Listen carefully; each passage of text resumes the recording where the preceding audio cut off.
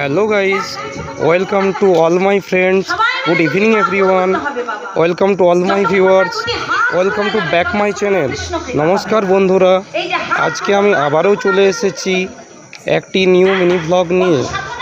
So আমার মামাবাড়িতে কাজলপুরা গ্রামে এখানে কালী পুজো উপলক্ষে, দীপাবলি উপলক্ষে অনুষ্ঠিত হচ্ছে কীর্তন।